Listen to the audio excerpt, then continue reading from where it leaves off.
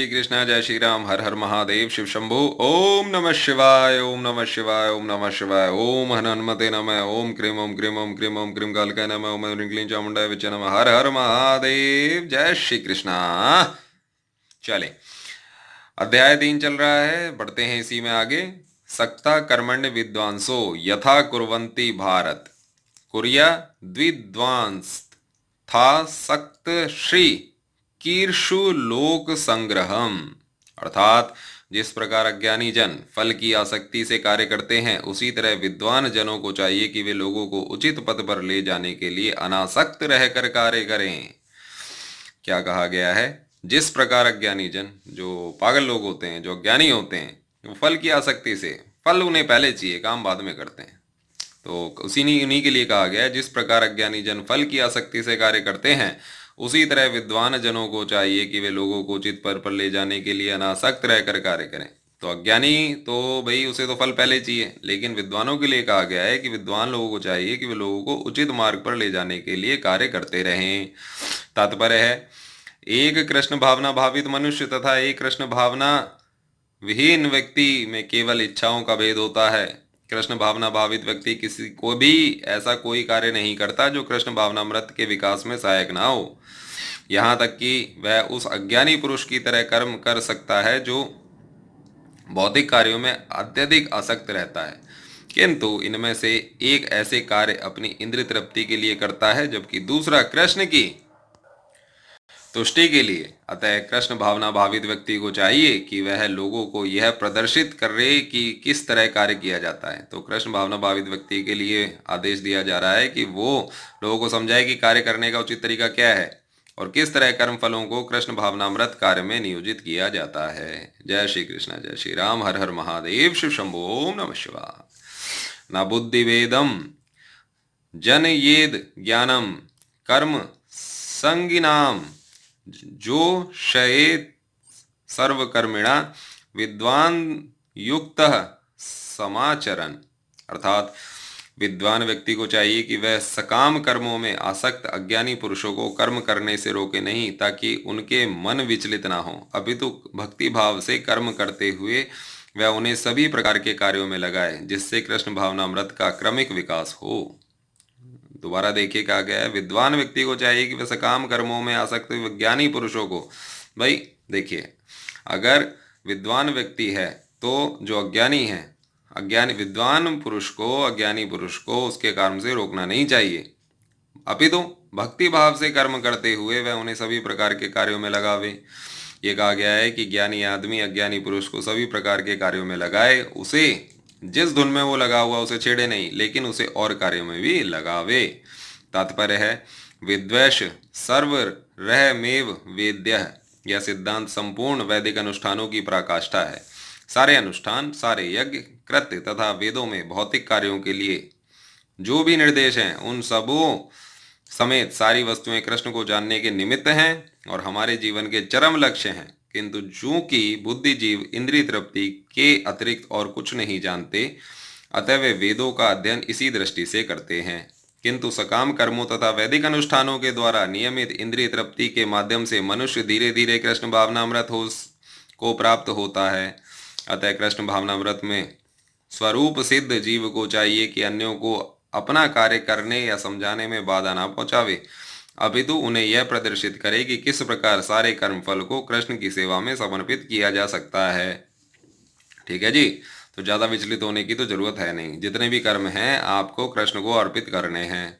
कृष्ण भावना भावित विद्वान व्यक्ति इस तरह कार्य कर सकता है कि इंद्रिय तृप्ति के लिए कर्म करने वाले अज्ञानी पुरुष यह सीख लें कि किस तरह कार्य करना चाहिए और आचरण करना चाहिए।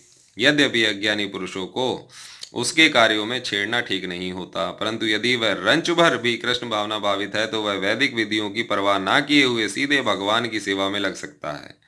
ऐसे भाग्यशाली व्यक्ति को वैदिक अनुष्ठान करने की आवश्यकता नहीं रहती, क्योंकि प्रत्यक्ष कृष्ण भावनामृत के द्वारा उसे वे सारे फल प्राप्त हो जाते हैं जो उसे अपने कर्तव्यों के पालन करने से प्राप्त होते। तो बात समझ आ गई होगी। विद्वान लोगों को अज्ञानी लोगों का मार्गदर्शन तो करना चाहिए, लेकिन उन्हें उनकी जो धुन है, जिस काम में वो लगे हुए हैं, उससे छेड़ना नहीं चाहिए। लेकिन जो ज्ञानी पुरुष है उसे अज्ञानी लोगों को और अन्य कार्यों में भी लगाना चाहिए। जय श्री कृष्ण, जय श्री राम, हर हर महादेव, शिव शंभो।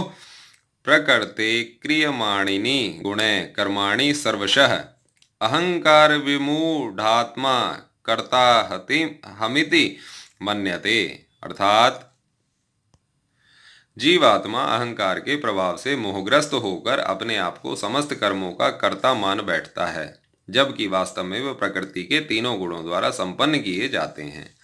जीवात्मा जो है, कहा गया है, जीवात्मा अहंकार के प्रभाव से मोहग्रस्त हो जाता है और अपने आप को समस्त कार्यों का कर्ता मान बैठता है। वो ये मान लेता है कि मैं ही सब कुछ कर रहा हूँ, जबकि वास्तव में प्रकृति के तीनों गुणों द्वारा संपन्न किए जाते हैं। जबकि वास्तविकता ये है कि प्रकृति के जो तीन गुण हैं उनसे वो सारे कार्य पूरे किए जाते हैं। आइए और देखते हैं। तात्पर्य है, दो व्यक्ति जिनमें से एक कृष्ण भावना भावित है और दूसरा भौतिक चेतना वाला है, समान स्तर पर कार्य करते हुए समान पद पर प्रतीत हो सकते हैं, किंतु उनके पदों में आकाश पाताल का अंतर रहता है। भौतिक चेतना वाला व्यक्ति अहंकार के कारण आश्वस्त रहता है, वहीं सभी वस्तुओं का करता है। जो भौतिक चेतना में है, आपने देखा होगा बहुत से लोग क्या कहते हैं, जी मेरे सामने तो कोई नहीं है, मैं ही हूँ सब कुछ। ठीक है, तो भौतिक चेतना वाला व्यक्ति कहा जाता है उसे। वो कहते हैं कि अहंकार के कारण आश्वस्त रहता है कि वही सभी शक्तियों का करता है। वह सोचता है कि मैं ही कर रहा हूँ और कोई नहीं कर सकता। वह यह नहीं जानता कि शरीर की रचना प्रकृति द्वारा हुई है, जो परमेश्वर की अध्यक्षता में कार्य करती है। भौतिकतावादी व्यक्ति वह नहीं जानता कि अंत तो गत्वा वह कृष्ण के अधीन है। वो मूर्ख आदमी, ये कहा गया है, ऐसे आदमी को मूर्ख ही कहा जाएगा। वो ये नहीं जानता, जो ये कहते हैं कि भाई मैं ही सब कुछ हूँ, वो ये नहीं जानता कि अंत तो गत्वा, अंत में सब कुछ कृष्ण के अधीन ही है। अहंकारवश ऐसा व्यक्ति हर कार्य को स्वतंत्र रूप से करने का श्रेय लेना चाहता है, और यही है उसके अज्ञान का लक्षण। देखो, बहुत से लोग आपने देखे होंगे, कोई भी काम करते हैं उनका उन्हें श्रेय पहले चाहिए होता है कि भैया उसने किया, उसने तारीफ। तो यही सबसे बड़ा अज्ञान का लक्षण होता है। उसे वह ज्ञात नहीं कि इस स्थूल तथा सूक्ष्म स्वरूप की रचना प्रकृति द्वारा भगवान की अध्यक्षता में की गई है। अतः उसके सारे शारीरिक तथा मानसिक कार्य कृष्ण भावनामृत में रहकर कृष्ण की सेवा में तत्पर होने चाहिए। अज्ञानी व्यक्ति यह भूल जाता है कि भगवान ऋषिकेश कहलाते हैं, अर्थात वे शरीर की इंद्रियों के स्वामी हैं। इंद्रिय तृप्ति के लिए इंद्रियों का निरंतर उपयोग करते रहने से वह अहंकार के कारण वस्तुतः मोहग्रस्त रहता है, जिससे वह कृष्ण के साथ अपना शाश्वत संबंध को भूल जाता है। तो कहने का मतलब, ऋषिकेश कहा गया है किनको? श्री कृष्ण भगवान को। और ऋषिकेश का मतलब होता है सभी इंद्रियों के स्वामी। तो मनुष्य जो है वो भूल जाता है कि भाई सभी इंद्रियों के स्वामी तो भगवान प्रभु श्री कृष्ण हैं, लेकिन इंद्रिय तृप्ति के इस इंद्रियों का निरंतर उपयोग करते रहने से वह अहंकार के कारण वस्तुतः मोहग्रस्त रहता है। ठीक है, जिससे वह कृष्ण के साथ अपने शाश्वत संबंध को भूल जाता है। तो हमें श्री कृष्ण के साथ अपने संबंध को भूलना नहीं है। हमें हमेशा ध्यान रखना है कि सब कुछ श्री कृष्ण भगवान के अधीन है। ठीक है, वही हमारी इंद्रियों के स्वामी हैं, तो उनके बिना कुछ भी नहीं है। जय श्री कृष्ण, जय श्री राम, हर हर महादेव, शिव शंभो। तत्ववित्तु महाबाहो गुण कर्म विभागयो गुणा गुणेश वर्तन्त इति मत्वा न सज्जते। अर्थात हे महाबाहो, भक्ति भाव में कर्म तथा सकाम कर्म के भेद को भलीभांति जानते हुए जो परम सत्य को जानने वाला है, वह कभी भी अपने आप को इंद्रियों में तथा इंद्रिय तृप्ति में नहीं लगाता। जय श्री कृष्ण, जय श्री राम, हर हर महादेव, शिव शंभो। तात्पर्य है, परम सत्य को जानने वाला भौतिक संगति में अपने विषम स्थिति को जानता है। वह जानता है कि भगवान कृष्ण का अंश है और उसका स्थान इस भौतिक सृष्टि में नहीं होना चाहिए। वह अपने वास्तविक स्वभाव को भगवान के अंश के रूप में जानता है, जो सद्चित आनंद है, और उसे यह अनुभूति होती रहती है कि मैं किसी कारण से देहात्म बुद्धि में फंस चुका हूँ। अपने अस्तित्व की शुद्ध अवस्था में उसे सारे कार्य भगवान कृष्ण की सेवा में नियोजित करने चाहिए। फलतः वह अपने आप को कृष्ण भावनामृत के कार्यों में लगाता है और भौतिक इंद्रियों के कार्यों के प्रति स्वभावगत अनासक्त हो जाता है, क्योंकि ये परिस्थिति जन्य तथा अस्थायी हैं। वह जानता है कि उसके जीवन की भौतिक दशा भगवान के नियंत्रण में है। फलतः वह सभी प्रकार के भौतिक बंधनों से विचलित नहीं होता, क्योंकि वह इन्हें भगवत कृपा मानता है। तो सच्चा भक्त जो होता है वो दुनिया भर के बंधनों में, इस संसार में आने के बाद, देखो ऐसा तो कोई नहीं है कि कोई भी मनुष्य किसी भी प्रकार के बंधनों में ना हो। बंधनों में तो रहना होता है, लेकिन जो कृष्ण भावना भावित व्यक्ति होता है वह सभी प्रकार के भौतिक बंधनों से विचलित नहीं होता, क्योंकि वह उन्हें भगवत कृपा मानता है। श्रीमद् भगवत के अनुसार जो व्यक्ति परम सत्य हो ब्रह्म, परमात्मा तथा श्री भगवान इन तीन विभिन्न रूपों में जानता है, वह तत्ववित्त कहलाता है, क्योंकि वह परमेश्वर के साथ अपने वास्तविक संबंध को भी जानता है। तो जो कृष्ण भावना भावित व्यक्ति है वो किसी भी समय ये नहीं भूलता कि उसका अपने श्री कृष्ण भगवान, अपने प्रभु राम से क्या संबंध है। जय श्री कृष्ण, जय श्री राम। प्रकृते गुण सम्मूढ़ा सज्जन्ते गुण कर्मसु तान कृत सविदो मंदाकृत स्विन्न विचालयेत। अर्थात माया के गुणों से मोहग्रस्त होने पर अज्ञानी पुरुष पूर्णतया भौतिक कार्यों में संलग्न रहकर उनमें आसक्त हो जाते हैं। यद्यपि उनके कार्य उन्हें ज्ञान भाव के कारण अधम होते हैं, किंतु ज्ञानी को चाहिए कि उन्हें विचलित ना करे। ज्ञानी आदमी कभी भी विचलित नहीं होता है। माया के गुणों से मोहग्रस्त होने पर अज्ञानी जो है वो पुरुष पूर्णतया भौतिक कार्य क्या, मुझे ये करना है, मुझे वो करना है, इन सब कार्यों में संलग्न रहकर उनमें आसक्त हो जाता है, उन्हीं में फंस के रह जाता है। यद्यपि उनके ये कार्य उन्हें ज्ञान भाव के कारण अधम होते हैं, क्योंकि उनके अंदर ज्ञान नहीं है, इसलिए वो इन्हीं में उलझे रहते हैं। किंतु ज्ञानी को चाहिए कि उन्हें विचलित ना करे। ज्ञानी आदमी को चाहिए क्या कि वो इस तरीके के जो बुद्धिहीन लोग हैं उनको विचलित ना करे। तात्पर्य है, अज्ञानी पूर्व मनुष्य स्थूल भौतिक चेतना से और भौतिक उपाधियों से पूर्ण हो रहते हैं। यह शरीर प्रकृति की देन है, और जो व्यक्ति शारीरिक चेतना में अत्यधिक आसक्त होता है वह मंद अर्थात आलसी कहा जाता है। अज्ञानी मनुष्य शरीर को आत्मस्वरूप मानते हैं। वे अन्यों के साथ शारीरिक संबंध को बंधुत्व मानते हैं। जिस देश में यह शरीर प्राप्त हुआ है उसे वे पूज्य मानते हैं, और वे धार्मिक अनुष्ठानों की औपचारिकताओं को ही अपना लक्ष्य मानते हैं। ऐसे भौतिकताग्रस्त उपाधिधारी पुरुषों के कुछ प्रकार के कार्यों में समाज सेवा, राष्ट्रीयता तथा परोपकार हैं। ऐसी उपाधियों के चक्कर में वे सदैव भौतिक क्षेत्र में व्यस्त रहते हैं। उनके लिए आध्यात्मिक बोध मिथ्या है, अतः वे इसमें रुचि नहीं लेते। किंतु जो लोग आध्यात्मिक जीवन में जागरूक हैं उन्हें चाहिए कि इस तरह भौतिकता में मग्न व्यक्तियों को विचलित ना करे। अच्छा तो यही होगा कि वे शांत भाव से अपने आध्यात्मिक कार्यों को करें। ऐसे मोहग्रस्त व्यक्ति अहिंसा जैसे जीवन के मूलभूत नैतिक सिद्धांतों तथा इसी प्रकार के परोपकारी कार्यों में लगे हो सकते हैं। जो लोग अज्ञानी हैं वे कृष्ण भावनामृत के कार्यों को समझ नहीं पाते। अतः भगवान कृष्ण हमें उपदेश देते हैं कि कैसे ऐसे लोगों को विचलित ना किया जाए और व्यर्थ ही मूल्यवान समय नष्ट ना किया जाए। किंतु भगवत भक्त भगवान से भी अधिक दयालु होते हैं, क्योंकि वे भगवान के अभिप्राय को समझते हैं। फलतः वे सभी प्रकार के संकट झेलते हैं, यहाँ तक कि वे इन अज्ञानी पुरुषों के पास जा जाकर उन्हें कृष्ण भावनामृत के कार्यों में प्रवृत्त करने का प्रयास करते हैं, जो मानव के लिए परमावश्यक है। समझ रहे हैं? तो किसी को ज़्यादा छेड़ने का नहीं। कृष्ण भावना भावित व्यक्ति के लिए श्री कृष्ण भगवान ने कहा है कि इस प्रकार के लोगों को ज़्यादा छेड़ना नहीं, प्यार से समझाने का और कृष्ण भावनामृत के कार्यों में प्रवृत्त करने का प्रयास करने का। जय श्री कृष्ण, जय श्री राम। हर हर महादेव, शिव शंभो। मयि सर्वाणि कर्माणि संस्याध्यात्म चेतसा निराशीर्निमेमो भूत्वा युद्धस्य विगत ज्वरः। अर्थात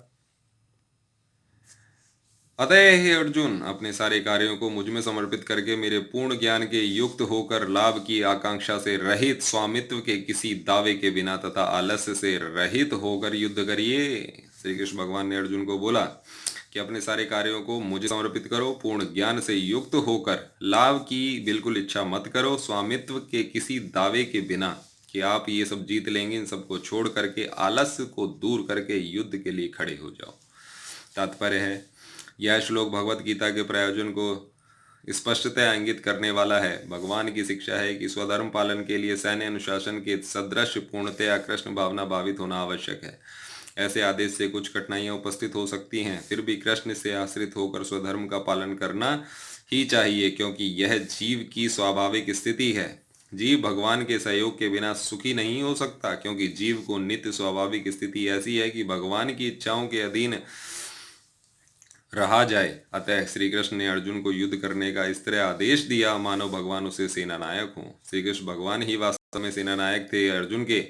परमेश्वर की इच्छा के लिए मनुष्य को सर्वस्व की बलि करनी होती है। अगर परमेश्वर को पाना है कि अपने सब कुछ छोड़ना होता है और साथ ही स्वामित्व जताए बिना स्वधर्म का पालन करना होता है। अर्जुन को भगवान के आदेश का मात्र पालन करना था। परमेश्वर समस्त आत्माओं के आत्मा है, अतः वो पूर्णतया परमेश्वर पर आश्रित रहता है, या दूसरे शब्दों में जो पूर्णतया कृष्ण भावना भावित है वह अध्यात्म चेतस कहलाता है।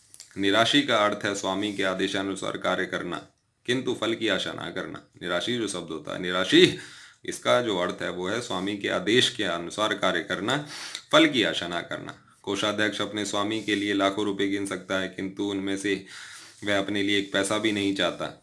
इसी तरह मनुष्य को यह समझना चाहिए कि संसार में किसी व्यक्ति का कुछ भी नहीं है, सारी वस्तुएं परमेश्वर की हैं, मई अर्थात मुझमें, या वास्तविक तात्पर्य यही है।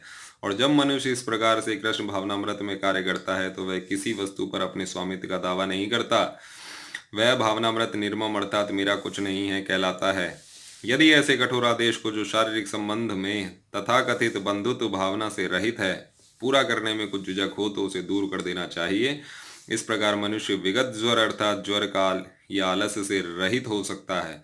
अपने गुण तथा स्थिति के अनुसार प्रत्येक व्यक्ति को विशेष प्रकार का कार्य करना होता है और ऐसे कर्तव्यों का पालन कृष्ण भावना भावित होकर किया जा सकता है। इससे मुक्ति का मार्ग प्रशस्त हो जाता है। और यही है श्री कृष्ण भगवान का कहना अर्जुन से। जय श्री कृष्ण, जय श्री राम, हर हर महादेव, शिव शंभो, ओम नमः शिवाय। ये में मतमिदं नित्य मनुष्ठिन्ति मानवा श्रद्धावन्तो न सूयन्तो मुच्यन्ते ते अपि कर्मभि। अर्थात जो व्यक्ति मेरे आदेशों के अनुसार अपना कर्तव्य करते रहते हैं और ईर्ष्या रहित होकर इस उपदेश का श्रद्धा पूर्वक पालन करते हैं, वे सकाम कर्मों के बंधन से मुक्त हो जाते हैं। देखिए, श्री कृष्ण भगवान कह रहे हैं कि जो व्यक्ति मेरे आदेशों के अनुसार अपना कर्तव्य करते रहते हैं, और ईर्ष्या नहीं करनी चाहिए। आजकल क्या है, कलयुग है, कलयुग के अंदर एक दूसरे काम से जलते बहुत हैं, ठीक है। तो ईर्ष्या रहित होकर इस उपदेश का श्रद्धापूर्वक पालन करते हैं, वे सकाम कर्मों के बंधन से मुक्त हो जाते हैं। श्री भगवान कृष्ण का उपदेश समस्त वैदिक ज्ञान का सार है, अतः किसी अपवाद के बिना यह शाश्वत सत्य है। जिस प्रकार वेद शाश्वत हैं उसी प्रकार कृष्ण भावनामृत का यह सत्य भी शाश्वत है। मनुष्य को चाहिए कि भगवान से ईर्ष्या किए बिना इस आदेश में दृढ़ विश्वास रखे। ऐसे अनेक दार्शनिक हैं जो भगवत गीता पर टीका करते हैं किंतु कृष्ण में कोई श्रद्धा नहीं रखते। वे कभी भी सकाम कर्मों के बंधन से मुक्त नहीं हो सकते, किंतु एक सामान्य पुरुष भगवान के इन आदेशों में दृढ़ विश्वास करके कर्म नियम के बंधन से मुक्त हो जाता है, भले ही वह इन आदेशों का पूर्ण से पालन ना कर पाए। कृष्ण भावनामृत के प्रारंभ में भले ही कृष्ण के आदेशों का पूर्णतया पालन ना हो पाए, किंतु चूंकि मनुष्य इस नियम से रुष्ट नहीं होता और पराजय तथा निराशा का विचार किए बिना निष्ठापूर्वक कार्य करता है, अतः वह विशुद्ध कृष्ण भावनामृत को प्राप्त होता है। तो कहने का मतलब सबसे पहली बात तो यह है कि भाई ईर्ष्या नहीं करनी चाहिए, ठीक है। और बहुत से ऐसे दार्शनिक हैं जो भगवत गीता पर टीका टिप्पणी करते हैं, ठीक है, टीका करते हैं, भगवत गीता पर टीका करते हैं, लेकिन कृष्ण में श्रद्धा नहीं रखते। गीता तो पढ़ते हैं लेकिन कृष्ण को नहीं मानते। वे कभी भी सकाम कर्मों के बंधन से मुक्त नहीं हो सकते, ये ध्यान रखिएगा। किंतु एक सामान्य पुरुष भगवान के इन आदेशों में दृढ़ विश्वास करके कर्म नियम के बंधन से मुक्त हो जाता है, भले ही वह इन आदेशों का ठीक से पालन ना कर पाए। तो कृष्ण भक्त होना बहुत आवश्यक है। जय श्री कृष्ण, जय श्री राम, हर हर महादेव, शिव शंभो। ये त्वेत दभ्य सूयन्तो नानुतिष्ठन्ति मे मतम सर्वज्ञान विमूढ़ाम स्ता विद्धि नष्टा न चेतस। अर्थात किंतु जो ईर्ष्यावश इन उपदेशों की उपेक्षा करते हैं और इनका पालन नहीं करते, उन्हें समस्त ज्ञान से रहित, दिग्भ्रमित तथा सिद्धि से के प्रयासों में नष्ट भ्रष्ट समझना चाहिए। तो श्री कृष्ण भगवान कह रहे हैं कि जो ईर्ष्या होती है, इन उपदेशों की उपेक्षा करते रहते हैं वो, और इनका पालन भी नहीं करना चाहते, वे समस्त ज्ञान से रहित हैं, भ्रमित रहते हैं और सिद्धि के प्रयासों में नष्ट भ्रष्ट समझना चाहिए उन लोगों को। तात्पर्य है यहाँ पर कृष्ण भावना भावित ना होने के दोष का स्पष्ट कथन है। जिस प्रकार परम अधिशासी की आज्ञा के उल्लंघन के लिए दंड होता है, उसी प्रकार भगवान के आदेश के प्रति अवज्ञा के लिए भी दंड है। अवज्ञाकारी व्यक्ति चाहे कितना ही बड़ा क्यों ना हो, वह शून्य हृदय होने से आत्मा के प्रति तथा परब्रह्म परमात्मा एवं श्री भगवान के प्रति अनभिज्ञ रहता है। अतः ऐसे व्यक्ति से जीवन की सार्थकता की आशा नहीं की जा सकती। सदृशम चेष्टते स्वसया प्रकृतेर्ज्ञानवानपि प्रकृतिम यान्ति भूतानि निग्रह किम करिष्यति। अर्थात ज्ञानी पुरुष भी अपनी प्रकृति के अनुसार कार्य करता है, क्योंकि सभी प्राणी तीनों गुणों से प्राप्त अपनी प्रकृति का ही अनुसरण करते हैं। भला दमन से क्या हो सकता है। श्री कृष्ण भगवान कह रहे हैं, कृष्ण भावनामृत के दिव्य पथ पर स्थित हुए बिना प्रकृति के गुणों के प्रभाव से मुक्त नहीं हुआ जा सकता, जैसा कि स्वयं भगवान ने 7वें अध्याय में कहा है। अतः सांसारिक धरातल पर बड़े ही बड़े शिक्षित व्यक्ति के लिए केवल सैद्धांतिक ज्ञान से आत्मा को शरीर से पृथक करके माया के बंधन से निकल पाना असंभव है। ऐसे अनेक तथाकथित अध्यात्मवादी हैं जो अपने को विज्ञान में बड़ा चढ़ा मानते हैं, किंतु भीतर भीतर वे पूर्णतया प्रकृति के गुणों के अधीन रहते हैं, जिन्हें जीत पाना कठिन है। ज्ञान की दृष्टि से कोई कितना ही विद्वान क्यों ना हो, किंतु भौतिक प्रकृति की दीर्घकालीन संगति के कारण वह बंधन में रहता है। भाई ज्ञानी तो बहुत है, लेकिन उसका मन मोहमाया में बहुत पड़ा हुआ है। कृष्ण भावनामृत उसे भौतिक बंधन से छूटने में सहायक होता है, भले ही कोई अपने नियत कर्मों के करने में संलग्न क्यों ना रहे। अतः पूर्णतया कृष्ण भावना भावित हुए बिना नित्य कर्मों का परित्याग नहीं करना चाहिए। किसी को भी सहसा अपने नित्य कर्म त्याग कर तथाकथित योगी या कृत्रिम आध्यात्मादि नहीं बन जाना चाहिए। अच्छा तो यह होगा कि यथा स्थिति में रहकर श्रेष्ठ प्रशिक्षण के अंतर्गत कृष्ण भावनामृत प्राप्त करने का प्रयत्न किया जाए। इस प्रकार कृष्ण की माया के बंधन से मुक्त हुआ जा सकता है। जय श्री कृष्ण, जय श्री राम, हर हर महादेव, शिव शंभु। इंद्रिय सेन्द्रिय स्यार्थे राग द्वेषो व्यवस्थितो तर्योन वशमागच्छतो हास्य परिपंथिनो। अर्थात प्रत्येक इंद्रिय तथा उसके विषय से संबंधित राग द्वेष को व्यवस्थित करने के नियम होते हैं। मनुष्य को ऐसे राग तथा द्वेष के वशीभूत नहीं होना चाहिए, क्योंकि ये आत्म साक्षात्कार के मार्ग में अवरोधक हैं। तात्पर्य है, जो लोग कृष्ण भावना भावित हैं वे स्वभाव से भौतिक इंद्रिय तृप्ति में रत होने में झिझकते हैं, किंतु जिन लोगों की ऐसी भावना ना हो उन्हें शास्त्रों के यम नियमों का पालन करना चाहिए। अनियंत्रित इंद्रिय भोग ही भौतिक बंधन का कारण है, किंतु जो शास्त्रों के यम नियमों का पालन करता है वह इंद्रिय विषयों में नहीं फंसता। उदाहरणार्थ, यौन सुख बुद्धिजीवी के लिए आवश्यक है और विवाह संबंध के अंतर्गत यौन सुख की छूट दी जा सकती है। शास्त्रीय आदेशों के अनुसार अपनी पत्नी के अतिरिक्त किसी अन्य स्त्री के साथ यौन संबंध वर्जित है। अन्य सभी स्त्रियों को अपनी माता मानना चाहिए, किंतु इस आदेश के होते हुए भी मनुष्य अन्य स्त्रियों के साथ यौन संबंध स्थापित करना चाहता है। इन प्रवृत्तियों को दमित करना होगा, अन्यथा वे आत्म साक्षात्कार के मार्ग में बाधक होंगी। जब तक यह भौतिक शरीर रहता है तब तक शरीर की आवश्यकताओं को यम नियमों के अंतर्गत पूर्ण करने की छूट दी जाती है, किंतु फिर भी हमें ऐसी छूटों के नियंत्रण पर विश्वास नहीं करना चाहिए। मनुष्य को अनासक्त रहकर इन यम नियमों का पालन करना होता है, क्योंकि नियमों के अंतर्गत इंद्रिय तृप्ति का अभ्यास भी उसे पथ भ्रष्ट कर सकता है। जिस प्रकार की राजमार्ग तक में दुर्घटना की संभावना बनी रहती है, भले ही इन मार्गों की कितनी ही सावधानी से देखभाल क्यों न की जाए, किंतु इसकी कोई गारंटी नहीं दे सकता है कि सबसे सुरक्षित मार्ग पर भी कोई खतरा नहीं होगा। भौतिक संगति के कारण अत्यंत दीर्घकाल से इंद्रिय सुख का भावना कार्य करती रही है। अतः नियमित इंद्रिय भोग के बावजूद भी च्युत होने की हर संभावना बनी रहती है। अतः सभी प्रकार के नियंत्रित इंद्रिय भोग के लिए किसी भी आसक्ति से बचना चाहिए।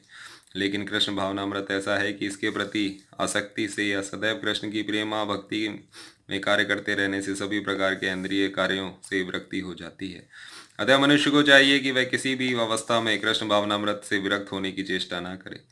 समस्त प्रकार की इंद्रिय आसक्ति से विरक्ति का उद्देश्य अंततः कृष्ण भावनामृत के पद पर आसीन होना है। जय श्री कृष्ण, जय श्री राम, हर हर महादेव, शिव शंभु।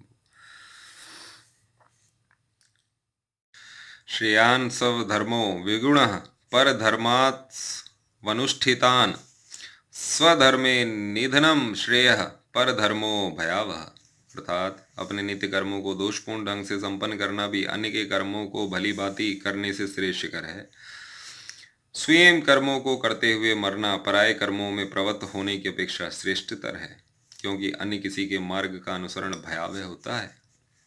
देखिए, अपने नित्य कर्म को दोषपूर्ण ढंग से संपन्न करना भी अन्य के कर्मों को भली भांति करने से श्रेष्ठकर है। देखिए, अपने काम में ध्यान लगाइए। अपने कामों के अंदर अगर आप गलती करते हुए भी संपन्न करते हैं तो दूसरे के कामों को संपन्न करने से ज़्यादा श्रेष्ठकर है वो। स्वीय कर्मों को करते हुए मरना पराये कर्मों में प्रवृत्त होने की अपेक्षा श्रेष्ठतर है, क्योंकि अन्य किसी के मार्ग का अनुसरण भयावह होता है। जय श्री कृष्णा, जय श्री राम, हर हर महादेव, शिव शंभू। तात्पर्य है, अतः मनुष्य को चाहिए कि वह अन्यों के लिए नित्य कर्मों की अपेक्षा अपने नियत कर्मों को कृष्ण भावनामृत में करे। भौतिक दृष्टि से नित्य कर्म मनुष्य की मनोवैज्ञानिक दशा के अनुसार भौतिक प्रकृति के गुणों के अधीन आदिष्ट कर्म है। आध्यात्मिक कर्म गुरु द्वारा कृष्ण की दिव्य सेवा के लिए आदेशित होते हैं, किंतु चाहे भौतिक कर्म हो या आध्यात्मिक कर्म, मनुष्य को मृत्यु पर्यंत अपने नियत कर्मों में दृढ़ रहना चाहिए। अन्य के निर्धारित कर्मों का अनुकरण नहीं करना चाहिए। आध्यात्मिक तथा भौतिक स्तरों पर ये कर्म भिन्न भिन्न हो सकते हैं, किंतु कर्ता के लिए किसी प्रामाणिक निर्देशन के पालन का सिद्धांत उत्तम होगा। जब मनुष्य प्रकृति के गुणों के वशीभूत हो तो उसे उस विशेष अवस्था के लिए नियमों का पालन करना चाहिए। उसे अन्यों का अनुकरण नहीं करना चाहिए। उदाहरणार्थ, सतोगुणी ब्राह्मण कभी हिंसक नहीं होता, किंतु रजोगुणी क्षत्रिय को हिंसक होने की अनुमति है। इस तरह क्षत्रिय के लिए हिंसा के नियमों का पालन करते हुए विनिष्ठ होना जितना श्रेष्ठकर है, उतना अहिंसा के नियमों का पालन करने वाले ब्राह्मण का अनुकरण नहीं। देखिए, एक दूसरे की नकल नहीं करने का आदेश दिया गया है। हर व्यक्ति को एकाएक नहीं, अपितु क्रमशः अपने हृदय को स्वच्छ बनाना चाहिए। सभी को, चाहे वो ब्राह्मण हो या क्षत्रिय, अपने हृदय को स्वच्छ बनाए। किंतु जब मनुष्य प्रकृति के गुणों को लांग कर कृष्ण भावनामृत में पूर्णतया लीन हो जाता है, तो वह प्रामाणिक गुरु के निर्देशन में सब कुछ कर सकता है। तो कृष्ण की भक्ति में रहते हुए आप कुछ भी कर सकते हैं। कृष्ण भावनामृत की पूर्ण स्थिति में एक क्षत्रिय ब्राह्मण की तरह और एक ब्राह्मण क्षत्रिय की तरह कर्म कर सकता है। क्षत्रिय ब्राह्मण और ब्राह्मण क्षत्रिय तभी बन सकता है जब वह कृष्ण भावनामृत हो। ठीक है जी। दिव्य अवस्था में भौतिक जगत का भेदभाव नहीं रह जाता। उदाहरणार्थ, विश्वामित्र मूर्तः क्षत्रिय थे, किंतु बाद में वे ब्राह्मण हो गए। इसी प्रकार परशुराम पहले ब्राह्मण थे, किंतु बाद में वे क्षत्रिय बन गए। ब्रह्म में स्थित रहने के कारण ही वे सब ऐसा कर सके। किंतु जब तक कोई भौतिक स्तर पर रहता है, उसे प्रकृति के गुणों के अनुसार अपने कर्म करने चाहिए, साथ ही उसे कृष्ण भावनामृत का पूरा बोध होना चाहिए। तो देखिए, कृष्ण भावनामृत रहने के कितने फायदे हैं, आप खुद ही देख रहे हैं।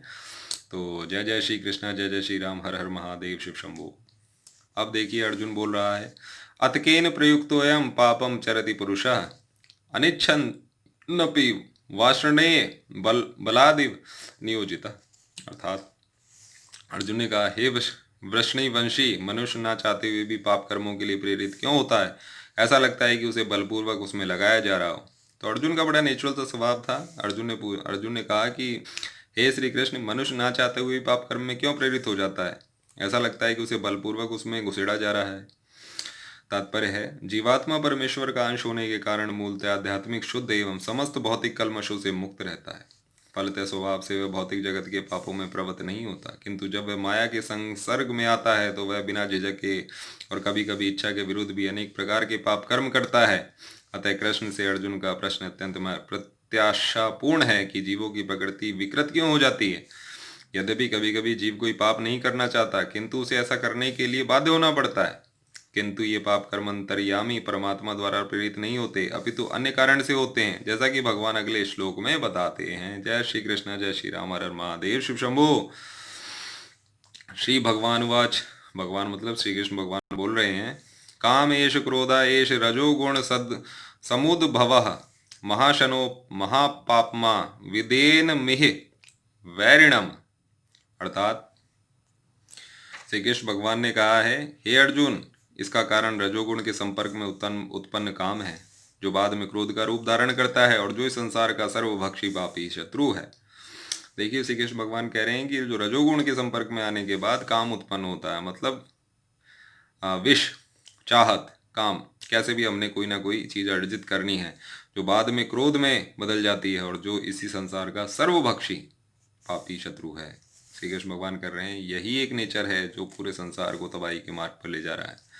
तात्पर्य है, जब जीवात्मा भौतिक सृष्टि के संपर्क में आता है तो उसे शाश्वत कृष्ण प्रेम रजोगुण की संगति से काम में परिणत हो जाता है, अथवा दूसरे शब्द में ईश्वर प्रेम का भाव काम में उसी तरह बदल जाता है जिस तरह इमली के संसर्ग में दूध दही में प्रबल बदल जाता है।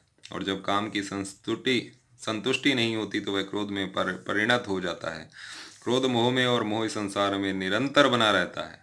अतः जीवात्मा का सबसे बड़ा शत्रु काम है और यह काम ही है जो विशुद्ध जीवात्मा को इस संसार में फंसे रहने के लिए प्रेरित करता है। क्रोध तमोगुण का प्रकाट्य है, जो गुण अपने आप को क्रोध तथा अन्य रूपों में प्रकट करते हैं। अतः यदि रहने तथा कार्य करने की विधियों द्वारा रजोगुण को तमोगुण में ना गिरने देकर सतोगुण तक ऊपर उठाया जाए तो मनुष्य को क्रोध में पतित होने से आध्यात्मिक आसक्ति के द्वारा बचाया जा सकता है।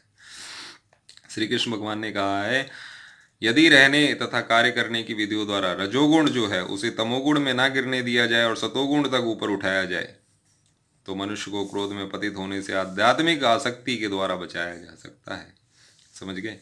तो अपने नित्य वर्धमान चिदानंद के लिए भगवान ने अपने आप को अनेक रूपों में विस्तारित कर लिया और जीवात्माएं इनके उनके इस चिदानंद के ही अंश हैं।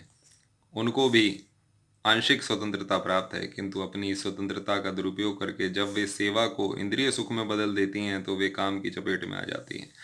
भगवान ने इस सृष्टि की रचना जीवात्माओं के लिए इन काम पूर्णी रुचियों की पूर्ण हेतु सुविधा प्रदान करने के निमित्त की, और जब जीवात्माएं दीर्घकाल तक काम कर्मों में फंसे रहने के कारण पूर्णतया ऊब जाती हैं तो वे अपना वास्तविक स्वरूप जानने के लिए जिज्ञासा करने लगती हैं। यही जिज्ञासा वेदांत सूत्र का प्रारंभ है, जिसमें यह कहा गया है, अथा तो ब्रह्म जिज्ञासा। मनुष्य को परम तत्व की जिज्ञासा करनी चाहिए, और इस परम तत्व की परिभाषा श्रीमद् भागवत में इस प्रकार दी गई है, जन्माद्यस्य यतोन्यादि रतश्च। सारी वस्तुओं का उद्गम परब्रह्म है, अतः काम का उद्गम भी परब्रह्म से हुआ है। तो जो काम है, काम और क्रोध आपने सुना होगा, जो काम है उसका उद्गम भी परब्रह्म से ही हुआ है। अतः यदि काम को भगवत प्रेम में या कृष्ण भावना से परिणत कर दिया जाए, या दूसरे शब्दों में कृष्ण के लिए ही सारी इच्छाएं हों, तो काम तथा क्रोध दोनों ही आध्यात्मिक बन सकेंगे। भगवान राम के अनन्य सेवक हनुमान ने रावण की स्वर्णपुरी को जलाकर अपना क्रोध प्रकट किया, किंतु ऐसा करने से वे भगवान के सबसे बड़े भक्त बन गए। यहाँ पर भी श्री कृष्ण अर्जुन को प्रेरित करते हैं कि वह शत्रुओं पर अपना क्रोध भगवान को प्रसन्न करने के लिए दिखाए। अतः काम तथा क्रोध कृष्ण भावनामृत में प्रयुक्त होने पर हमारे शत्रु न रहकर मित्र बन जाते हैं। तो काम और क्रोध को भी कृष्ण भावनामृत, कृष्ण भक्त बनकर, काम और क्रोध जो नॉर्मल इंसान के लिए शत्रु हैं, वो कृष्ण भावनाव्रत में प्रयुक्त होने पर हमारे मित्र बन जाते हैं, शत्रु नहीं रहते। जय श्री कृष्ण, जय श्री राम, हर हर महादेव, शिव शंभो। ओम नमः शिवाय।